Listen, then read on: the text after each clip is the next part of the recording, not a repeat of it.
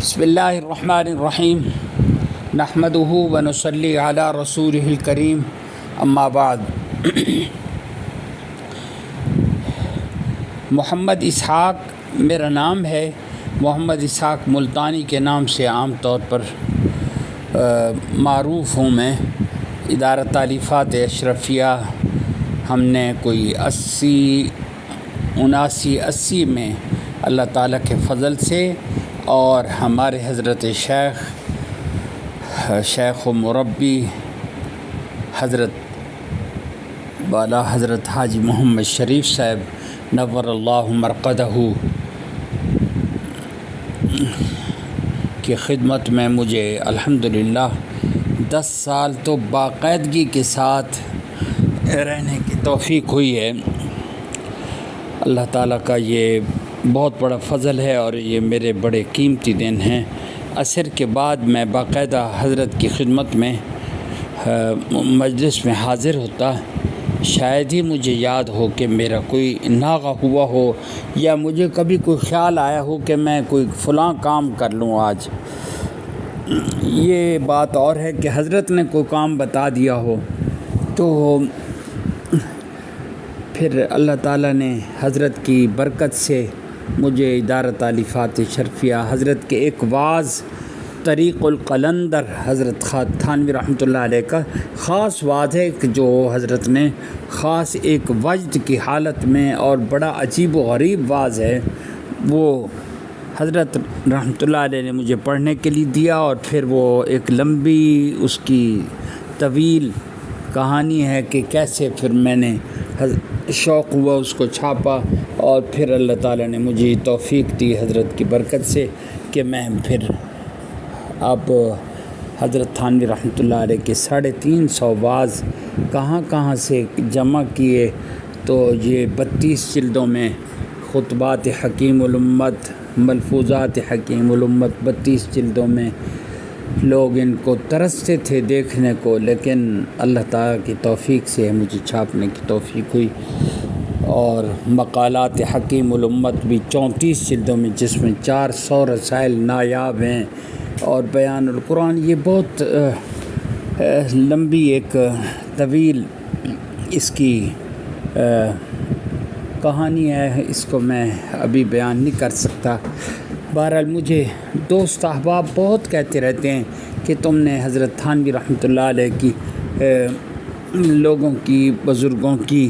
بہت تم نے زیارتیں کی ہیں، تمہیں باتیں یاد ہیں تو تم سناتے ہو، ہمارا بڑا دل خوش ہوتا ہے یہ اگر ریکارڈ ہو جائیں، اور عام لوگوں کے لیے، خاص طور پر تعلق والوں کے لیے تو بہت نفع ہے۔ اگر کسی کو میں جو باتیں عرض کروں گا، میں حوالے تو نہیں دوں گا ساتھ، اگر کسی کے سمجھ میں آ جائے تو ماشاءاللہ، ورنہ اگر سمجھ میں نہ آئے تو وہ میری کمزوری کو سمجھ کر اس کو اس سے نظر انداز کر دیں۔ بہرحال حضرت تھانوی رحمۃ اللہ علیہ کے خلیفہ حضرت حاجی محمد شریف صاحب نور اللہ مرقدہ کی پھر وفات کے بعد فوراً میں نے حضرت ڈاکٹر عبدالحی صاحب رحمۃ اللہ علیہ سے ہر مہینے ان کی خدمت میں جانا ہوتا تھا۔ حضرت کی بہت ہی دعائیں ملی، اللہ تعالیٰ ان کی درجات بلند فرمائے۔ ان کی وفات کے بعد پھر حضرت ڈاکٹر حفیظ اللہ صاحب مہاجر مدنی نور اللہ مرقدہ، ان کی صحبت میسر رہی الحمدللہ باقاعدہ۔ پھر ان کے بعد بھی حضرت نواب عشرت علی صاحب رحمۃ اللہ علیہ سے بھی رابطہ رہا۔ پھر اب حضرت مولانا شیخ الاسلام مولانا تقی عثمانی صاحب دامت برکاتہم کی خدمت میں رابطہ رہتا ہے، ضروری باتیں ان سے پوچھتے رہتا ہوں، ان کی بہت شفقت نصیب ہیں۔ ہمارا رسالہ محاسن اسلام جو لاکھوں میں الحمدللہ پڑھا جاتا ہے، وہ اس وقت حضرت کی سرپرستی میں شائع ہو رہا ہے الحمدللہ۔ بہت زندگیاں بدلی ہیں اس سے، اور بھی بہت خلفاء کی اللہ کا شکر ہے۔ حضرت مسیح الامت مولانا مسیح اللہ صاحب رحمۃ اللہ علیہ کی خدمت میں بارہا جلال آباد حاضری ہوئی، وہ وہاں کاروبار ہوتا تھا میرا،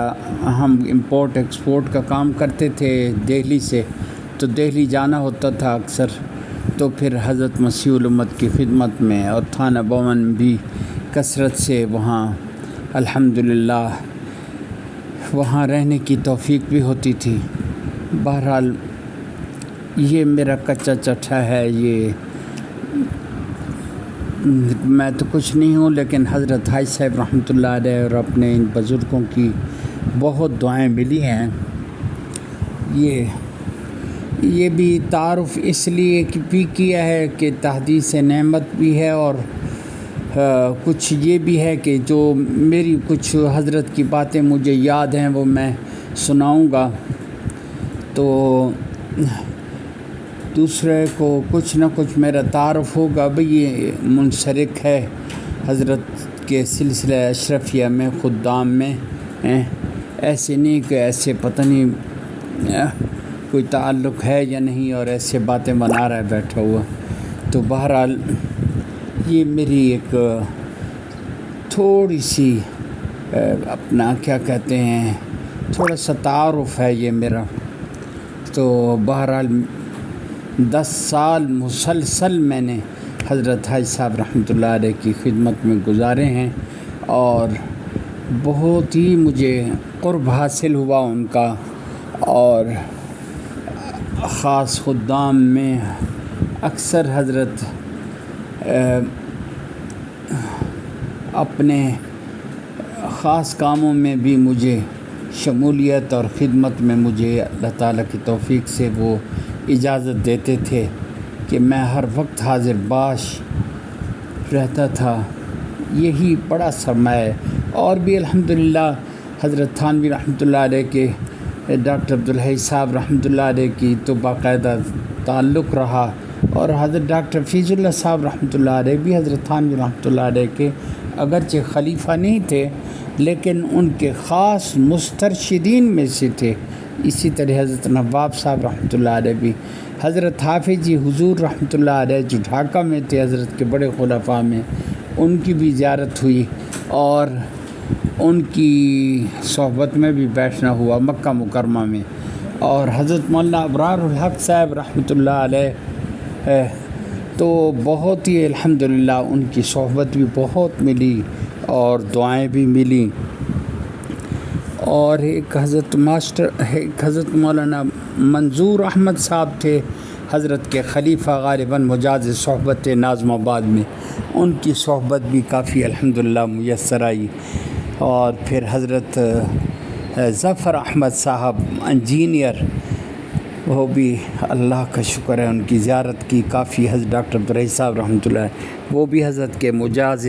صحبت تھے۔ اور بھی الحمدللہ کافی حضرات سے رابطہ رہا۔ تو ایک حضرت کا ایسا تعلق ہے دل میں کہ یہی میرا مرنا جینا ہے۔ حضرت کی باتوں سے جو مجھے فائدہ ہوتا ہے، میں شروع میں جب سلسلے میں داخل ہوا تو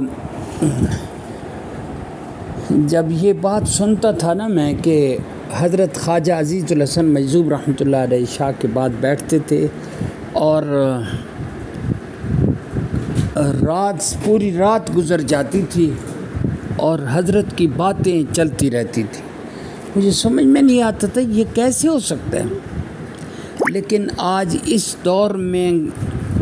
اللہ کا شکر ہے کئی بزرگوں نے مجلس میں بیٹھنا ہوا، انہوں نے فرمائش کی کہ حضرت کی باتیں سناؤ، حضرت تھانوی رحمۃ اللہ علیہ کی، حالانکہ میں نے تو دیکھا ہی نہیں حضرت کو، لیکن دیکھنے والوں کو کافی اللہ کے فضل سے دیکھا ہے۔ تو کئی گھنٹے گزر جاتے ہیں، نہ ان کو خیال رہتا ہے کئی گھنٹوں کا، تو یہ بات سامنے آتی ہے کہ واقعی ہمارے جیسے آج کل جن کی کوئی حیثیت ہی نہیں، ان حضرات کے پاؤں کے خاک بھی نہیں ہم ہیں، تو ہمارے بھی رات پوری گزر جائے تو کوئی پتہ بھی نہیں چلے گا۔ یہ بس جس کو اللہ تعالیٰ چسکا عطا فرما دیں، جو خالص باتیں حضرت تھانوی رحمۃ اللہ علیہ کی دل میں اترنے والی، آج میں پڑھ رہا تھا، حضرت تھانوی رحمۃ اللہ علیہ کے خلیفہ تھے حضرت مولانا عبد الباری ندوی رحمۃ اللہ علیہ، جو بڑے عظیم آدمی تھے، حضرت کی حالات پر، حضرت کی چیزوں سے 4 کتابیں انہوں نے مرتب کی تھیں۔ ان کا ملفوظ بھی یہی تھا کہ جو دل میں حضرت کی بات اترتی ہے نا، وہ کوئی بڑے سے بڑا بھی ہو اب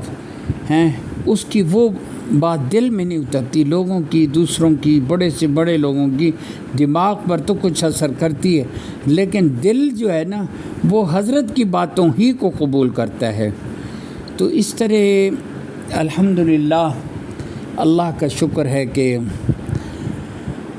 اللہ تعالیٰ نے حضرت کے سلسلے سے وابستہ کر دیا، اور یہ اس وقت اگر کسی نے صحیح دین کا ذوق اور فہم دیکھنا ہو نا، دین ہے کیا ہے، تو وہ حضرت ہی کی کتابوں ہی سے مل سکتا ہے۔ حضرت کے مواعظ اور ملفوظات یہ بھی پڑھے، اور پھر حضرت کے کسی ملنے والے سے، حضرت کے خلفاء سے ہی چاہے ہو، ان کی صحبت بھی اٹھائی ہوئی ہو، اس کو پھر صحیح سمجھ آتی ہے۔ بعضوں نے صرف پڑھ تو لیا، لیکن کسی حضرت کے تعلق والے سے تعلق نہ رہا، ان کا دعوت ان کا یہی سنا گیا کہ میں نے سب چیزیں پڑھ لی ہیں، لیکن وہ بالکل ذوق ان کو نہیں ملا جب تک کسی حضرت کے تعلق والے سے نہیں ملے۔ تو الحمدللہ آج یہ ایک میری